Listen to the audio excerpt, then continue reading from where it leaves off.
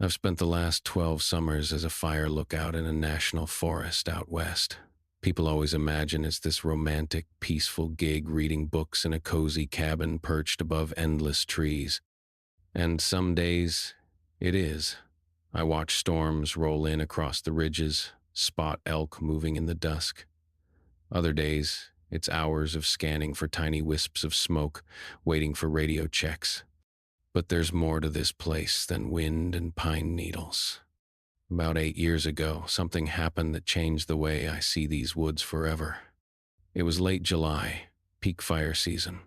Hot, dry, the kind of days that made the horizon dance. I'd been in the tower for weeks already, slipping into that odd mental space that long solitude creates. One night, I woke up around 2 a.m. The cabin has huge windows on all sides, and moonlight was pouring in. I thought I heard scratching, soft, irregular like claws against wood. When I turned on my lantern and stepped out onto the catwalk, there was nothing. Just the dark sea of treetops, stretching forever. But the next morning, I found deep gouges in one of the support beams. 3 parallel marks, each about as long as my hand. I tried to tell myself it was a bear. A big one. Maybe standing up to rub its back. But a week later, I actually saw it.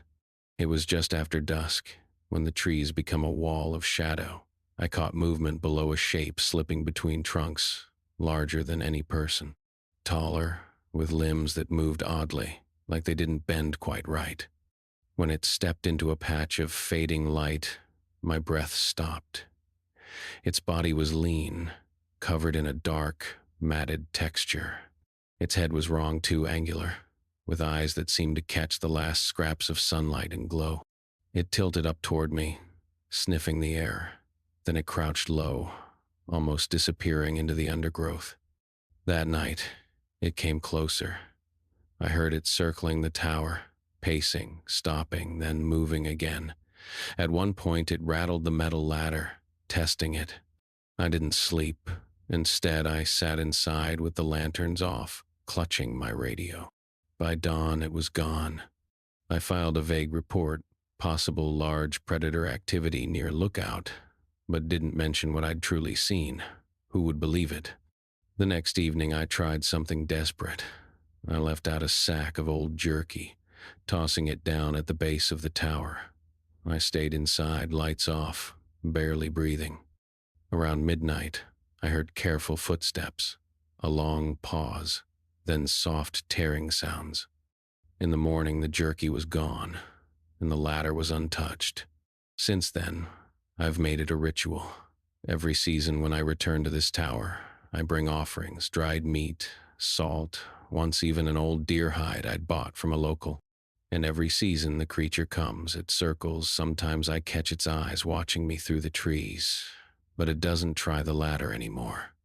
I still find marks on nearby trunks, long scratches that look almost like writing. I've come to think it's curious, more than mindlessly hostile. Or maybe it's just patient, waiting to see if I'll forget the bargain we've struck. People always ask why I keep coming back. I could be a lookout anywhere. But deep down, I think I stay because I understand the rules now. Stay respectful, acknowledge what shares these woods, and never pretend you're truly alone out here. This last summer, I woke up to find a pile of small bones arranged neatly by the base of the tower. A gift, maybe, or a reminder. I radioed it in as animal remains, cleaned it up, and left my usual offering that night.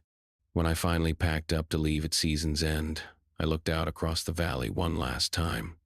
Just before I shut the door, I thought I saw it, standing at the edge of the clearing, tall, still, watching. And for the first time, I swear it gave me a slow nod, like it understood, too. I have been fascinated with the human body ever since childhood, and I have always wanted to work in the medical field. Part of it was growing up watching hospital dramas with my mom. Part of it was wanting to actually do something that mattered. So when I got accepted into a competitive medical program, it felt like everything was finally falling into place. The first semester was mostly textbooks, endless lectures, anatomy diagrams. I soaked it all up. But what I was really excited for was the cadaver lab, the chance to actually learn from a real human body. Our professor for the course was Dr. Harrison. He was older. The first day, he stood at the front of the lab with this eager, almost hungry grin. "Welcome," he said, voice soft and scratchy. "Today, we begin learning from the greatest teacher there is, the silent witness." It gave me goosebumps, but I figured all anatomists were a bit eccentric. At first, it was incredible. The way he explained muscle layers, how the organs nestled together, it was like a roadmap of life. But then I started noticing things. Dr. Harrison never seemed bothered by the smell the way the rest of us were. In fact, he'd lean close, breathing it in with closed eyes like it was fresh bread. He also lingered over certain parts, longer than necessary, tracing fingers over the face, the lips. Once, he even laughed quietly to himself when he revealed the heart, murmuring, "Still so perfect, even after it stops." It creeped me out, but I didn't say anything. Outside of class, I've always been a bit of a true crime junkie. Podcasts, documentaries, missing persons forums. Something about the puzzle of it all hooked me. One night, after a long study session, I was scrolling through a local missing persons database on my phone. There had been a rash of disappearances in nearby towns, young adults mostly, people roughly my age. It was unsettling, but I tried not to dwell on it. A week later, we were assigned a new cadaver. Dr. Harrison wheeled it in himself, almost protectively, hands resting on the sheet. "This one," he said softly, "will teach us even more." When he pulled the sheet back, I felt a weird jolt. The face was slack, skin slightly sunken, but there was something horribly familiar about it. I spent the whole class stealing glances, trying to figure out why. It wasn't until later that night, lying awake, that it clicked. I grabbed my phone, thumb flying through bookmarked pages, and there it was. A missing poster from 3 months ago, smiling photo of a girl with auburn hair, soft brown eyes. The caption read, "Have you seen Emily? Last seen leaving the grocery store." My stomach flipped. I pulled up the photo I'd secretly snapped of the cadaver's wrist earlier in lab. There was a small birthmark, like a dark splash of paint. I checked the poster again. Identifying marks, birthmark on left wrist. I thought maybe I was wrong. Maybe it was coincidence. Maybe cadavers came from, I don't know, unclaimed bodies, the system. But I couldn't shake Dr. Harrison's look that day, the way he almost caressed her cheek as he guided our scalpels. The next class, I couldn't focus. Dr. Harrison was practically gleeful as we opened the chest cavity. At one point, he closed his eyes, pressing gloved hands together like he was praying. "Marvelous, isn't it?"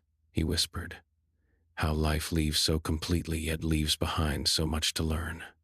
When I told some classmates later, they brushed it off, said I'd been watching too many crime shows, letting it get to me. But then I found Dr. Harrison's office door ajar one evening. Inside, pinned to a corkboard, were dozens of newspaper clippings, not research articles, missing person notices, some going back years. I snapped a photo of the board and left before he could see me. I don't know what to do. I could take it to campus security, but what if I'm wrong? Or worse, what if I'm right, and he finds out I know? I keep trying to convince myself it's all just an awful coincidence.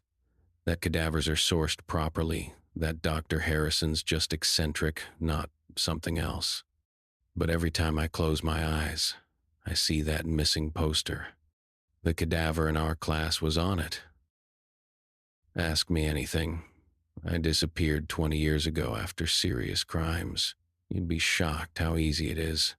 Title: AMA. I committed serious crimes 20 years ago, disappeared, and built a new life. The underworld is far bigger and simpler than you'd think. Posted by you, Throwra, Drift, 91 reals. I made this account just to post this because I'm half hoping someone figures out who I am and half hoping nobody ever does. About 20 years ago, I was involved in what the papers would have called a violent criminal enterprise. I won't drop exact details, but let's just say it involved stolen goods, intimidation, and one night that went way too far. Nobody planned on anyone getting hurt, but intentions don't matter much when someone ends up in the hospital fighting for their life. I panicked, decided my best shot was to run. Turns out, disappearing is way easier than the movies make it seem if you know where to look. I had about $14,000 in cash. First stop was a shady motel near the interstate, where the desk guy didn't care about IDs as long as you paid cash and didn't bleed on the carpet. While holed up there, I got connected through an old friend of a friend to a guy who handled problems. For a price, he gave me a brand new identity, fresh social security number, driver's license, even a basic credit file. Cost me almost everything I had left. But here's the thing that would freak most people out. It wasn't high tech. There wasn't some hacker typing away in a dark room. It was mostly paperwork, insiders at tiny government offices, and dirty hands passing envelopes. The real underworld, it's mostly ordinary people willing to look the other way for some cash. After that, I bounced city to city, worked under the table in kitchens, construction, even cleaned rental cabins. Always moved every 6 months, never got too friendly. Once I settled into my new identity, it was shockingly normal. I leased a cheap apartment, got a legit job, small company, never ran deep background checks, and slowly rebuilt a basic life. I've been clean ever since. On paper, I'm just a boring guy who pays bills and watches late-night television. But there's a darker part nobody talks about. Once you've slipped into that underworld, it never fully lets you go. If I needed to disappear again, it'd be even easier. There's an entire network of people who profit off ghosts like me, forging documents, laundering money through small businesses, finding you new work. And they're everywhere. In tiny border towns, bustling tourist districts, even quiet suburbs. Most folks never notice because they have no reason to look. Sometimes, though, I get reminders that I'm not as safe as I pretend.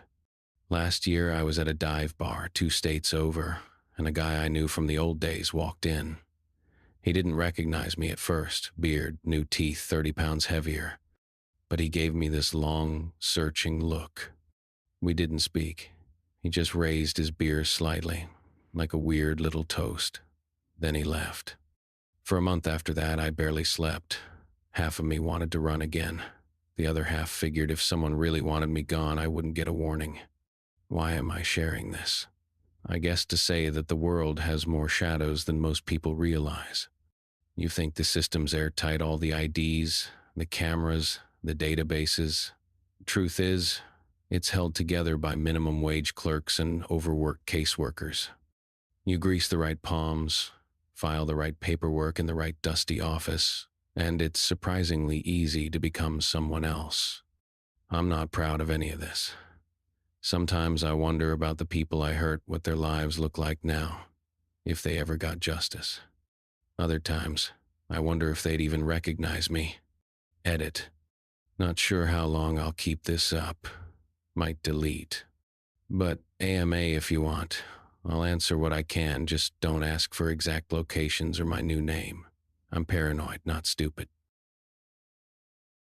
I've known Aaron since high school. Back then, he was the funny one, the guy who could break tension with a single sarcastic comment. We played video games together, skipped class to go fishing. Over the years, we drifted a bit. I went off to college, tried to get my life together. Aaron didn't. He stayed in town, bounced between warehouse jobs, spent most nights alone in his apartment. We still texted, still hung out sometimes. But lately, I've started to realize there are things about Aaron I never really saw before, or maybe never wanted to. It started with little comments. We'd be watching the news, another shooting, another bombing, and he'd lean back with this cold smirk. "Honestly, I get it," he'd say. "People are garbage. Maybe they deserve a little fear." At first, I thought it was just dark humor. We've all said edgy things, but then he started sending me links, articles about mass casualties, body counts, tactical plans. Can you imagine the rush?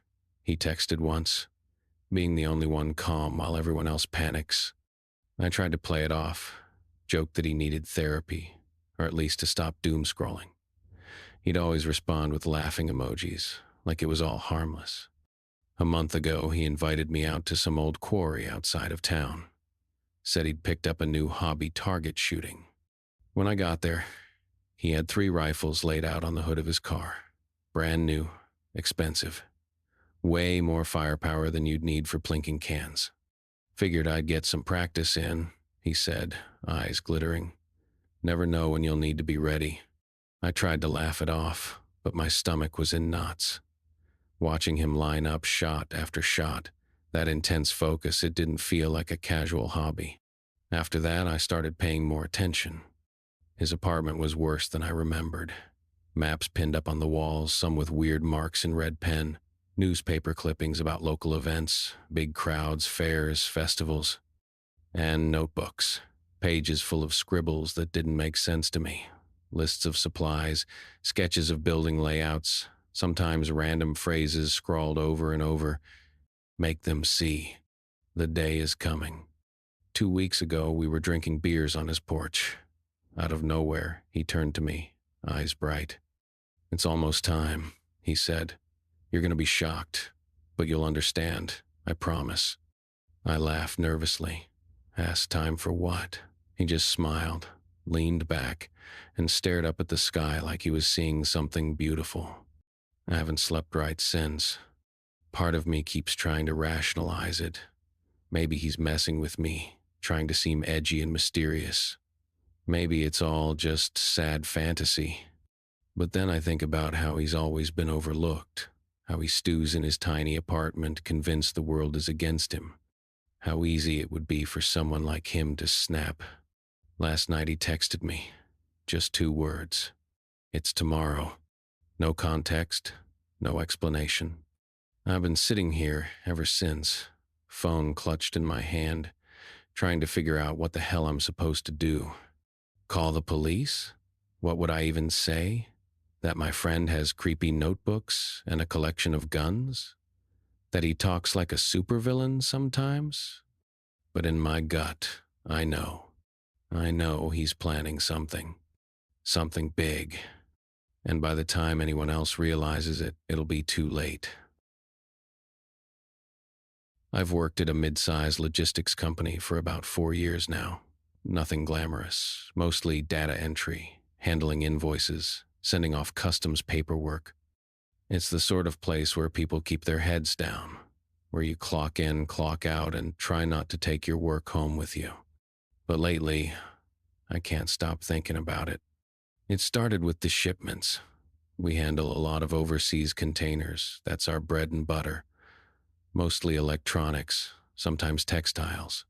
But over the past year, there's been a huge uptick in private containers. No listed contents beyond vague codes, flagged as high priority. My boss, Miss Keller, always sends these through with a personal stamp. Tells me not to worry about the paperwork discrepancies. Says it's taken care of on the other end. At first, I didn't think much of it. Big companies cut corners all the time. Then, I overheard a call. I was staying late one evening, finishing month-end reports. Miss Keller didn't see me slip by her office. She was on the phone, voice low but urgent. Yes, all accounted for. No issues with the last shipment. No, they'll be processed by the weekend. No leaks. I froze in the hall. Processed? The next day, I tried to forget it. Convinced myself I was reading into it. But then there were the documents. I got a set of invoices from a sister branch overseas, supposed to reconcile with ours. Most were normal, but a handful had nothing listed under contents, just a cryptic code starting with HT. When I searched our system for it, I found hundreds of matching entries, all flagged under a special internal project. No description, no weight, no destination beyond Broadport cities. And the kicker? The invoices were often accompanied by large cash transfers, not to our normal company accounts, but routed through shadowy holding companies. I decided to dig a little deeper. That's when I noticed something else. The security logs. We use RFID badges to track employees. I have mild access to that for facilities billing. On nights when these HT containers came in, the same 3 employees were always on site. Guys I barely knew, warehouse staff who never mingled with the rest of us. Their logs would show them badging into restricted sections of the dock, sometimes for hours. There was never a corresponding inventory update. One night, I stayed late again, heart hammering, watched from the second-floor office window as one of the containers was offloaded. It was unmarked, no shipping company name, just dull gray steel. The men pried it open, and I swear I saw movement inside. Figures, small, huddled. Someone whimpered. I heard it even through the glass. One of the men barked something in another language, and the figures shrank back. I stumbled back from the window, nearly knocking over a coffee mug. I don't know what to do. Every instinct tells me to call the police, but then I think about Miss Keller, how calm she always is, how big her network seems to be. What if it's bigger than just this office? Yesterday, she stopped by my cubicle, resting a hand lightly on my shoulder. "How's the overtime treating you? Not poking around too much, I hope," she said with a tight smile. Her fingers dug in just a little too hard. I laughed it off, said I was swamped with end-of-quarter work. But all night, I lay in bed, sweating, replaying that look in her eyes. This morning, another HT invoice landed on my desk. Destination redacted, payment already processed. And now I can't shake the image of those figures inside the container. I think my company is involved in human trafficking. I keep telling myself I need to go to the authorities. But every time I reach for my phone, I think about how much they must know about me, about my family. If I disappear, who would even notice? For now, I'm writing this all down. Maybe someone will find it if I can't say it out loud. Because I have a horrible feeling that next time they ship out a container, I might end up inside it. I've lived in this neighborhood for about 5 years. It's the kind of place where people wave as they mow their lawns, kids ride bikes until the streetlights come on, and everyone generally minds their own business. So when Mr. Harlan moved in next door last spring, I didn't think much of it. He was quiet, kept to himself, maybe mid-40s, balding, glasses, the kind of guy you'd barely notice at a grocery store. But after a while, little things started to nag at me. For one, he never seemed to have visitors. No family stopping by, no friends hanging out on weekends. His blinds were always drawn, even on bright days. Then there were the noises. At night, long after I'd gone to bed, I'd sometimes hear odd thumps coming from his house. Once, around 2 a.m., there was this high, keening sound, almost like someone crying. By the time I got up and pressed my ear to the wall, it had stopped. I tried to brush it off. Maybe he worked nights, had a weird sleep schedule. Maybe he was into late-night DIY projects. But then came the smell. It started as a faint sour odor drifting through my kitchen window when the breeze was right. Over a few weeks, it grew stronger, sickly sweet, mixed with something like rot. I thought maybe an animal had died under his porch, or maybe garbage piled up somewhere. But I never saw trash bags outside his place. One evening, I worked up the nerve to mention it when we both happened to be collecting our mail. "Hey, Mr. Harlan, everything okay over there? I've noticed kind of a strong smell lately. Might be a dead possum under your deck or something." He froze for just a moment, then said with a straight face, Probably just backed up drains. I'll look into it." After that, he avoided me completely. If we both happened to pull into our driveways at the same time, he'd wait in his car until I went inside. Meanwhile, the smell got worse. A month ago, I was out watering my front garden when a police cruiser rolled down the street. Then another. Within minutes, our quiet little block was crawling with cops, some in plain clothes. They moved quickly, surrounding Mr. Harlan's house. Neighbors started gathering on lawns. whispering. I stood there clutching my garden hose, heart racing. When they knocked on his door, he didn't answer. They knocked again, louder this time. Then they forced the door open. It all blurred after that. Officers shouting, people being told to stay back. Eventually, they led Mr. Harlan out in handcuffs. His shirt was stained. I couldn't tell if it was dirt or something else. His glasses were gone, eyes darting around wildly. As they pushed him into the cruiser, he looked right at me. For just a second, his expression went slack and my blood ran cold. Later that night, I saw men in hazmat suits carrying out large black bags from the house next door. The local news broke it first. They'd found multiple bodies inside, some buried in shallow pits in the basement, others hidden behind false walls. Mr. Harlan, it turned out, was a serial killer. Had been for years, moving from town to town, never staying long enough to draw suspicion until here. I can't stop replaying every small interaction we ever had. How close I'd stood to him, how I'd smiled and waved. Sometimes I wonder if he ever thought about me as a potential next victim. If he ever stood by his window, watching me, deciding whether I was worth the trouble. Most nights now, I keep my own blinds drawn tight. Because it turns out you can live right next door to a monster and never know until it's too late. I grew up in the city, halfway across the world from my mother's hometown in the Philippines. When I was 26, I finally got the chance to visit, partly to reconnect with family, partly just to see the place I'd heard about in bedtime stories. Her village was small, tucked between dense jungle and rolling fields. It felt like stepping into another time. No streetlights, hardly any cell service. At night, everything went dark, except for the glow from kerosene lamps and windows. My first week there was peaceful. Roosters crowed at dawn. Kids played tag down dusty lanes. Old women waved at me from bamboo porches. Then I started noticing things. People were oddly strict about curfews. By 7, every door was locked, every window shuttered. If I asked why, they'd just shake their heads. One evening after dinner, I went out on the porch for air. My uncle lunged and pulled me back inside, eyes wide. "Don't be outside after dark," he hissed. "The Sigbin hunts at night." I thought he was joking another local legend like the Tikbalang or a Swang, but he didn't laugh. Later, I asked my cousin about it. She told me in a low voice that the Sigbin was real, at least as far as the villagers believed. A creature that walked backwards with its head lowered between its hind legs. It crept silently, sniffing out shadows, sucking life from the unlucky.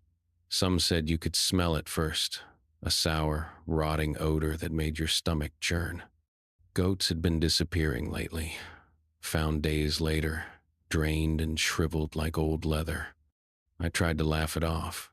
I was a rational person, I didn't believe in monsters. But that night, I woke up to scratching at my window. At first, I thought it was just branches. Then came the smell, thick and putrid, like meat left in the sun. My stomach flipped. I stayed perfectly still, heart pounding, listening. The scratching grew louder, then softer, moving along the wall. Something was out there, circling the house. I squeezed my eyes shut and prayed it would go away. When I woke at dawn, everything seemed normal. Birds singing, sun streaming in. Maybe it really had just been a stray dog or a bad dream. But outside, by my window, I found tracks in the soft dirt. They were like nothing I'd ever seen, long, splayed toes ending in gouges, as if claws had raked the ground. That day, no one let their kids out to play. 2 nights later, it got worse. I couldn't sleep. Around midnight, I heard soft padding on the porch, then a faint huffing sound, like something trying to sniff me out. Suddenly, the lantern in the hall guttered, dimming for just a second. That's when I saw it, a shape outside the window. It was low to the ground, limbs bent strangely, like a huge dog crawling backward. Its head swung side to side, enormous ears twitching. I couldn't see eyes, only the gleam of its teeth as it opened its mouth. A long black tongue slipped out, tasting the air. I couldn't breathe. My whole body felt frozen. Then it tilted its head, and for one terrible moment, I thought it was smiling at me. Just as suddenly, it stiffened, ears flicking. It let out a soft, wet snort and loped away into the darkness. I stayed up till dawn, clutching a crucifix my grandmother had pressed into my hand years ago. The next morning, my uncle didn't ask what happened. He just handed me a pouch of salt and a small dagger carved from carabao horn. "Keep this with you," he said simply, "and never stand where your shadow falls long." I cut my trip short after that, told myself it was silly homesickness, village hysteria. But sometimes, back home in my apartment, I wake up in the middle of the night with that smell in my nose. Rot. And I lie there, too afraid to look at the window, because part of me wonders if the Sigbin doesn't only hunt in the Philippines. Maybe it just follows the scent of whoever escaped it.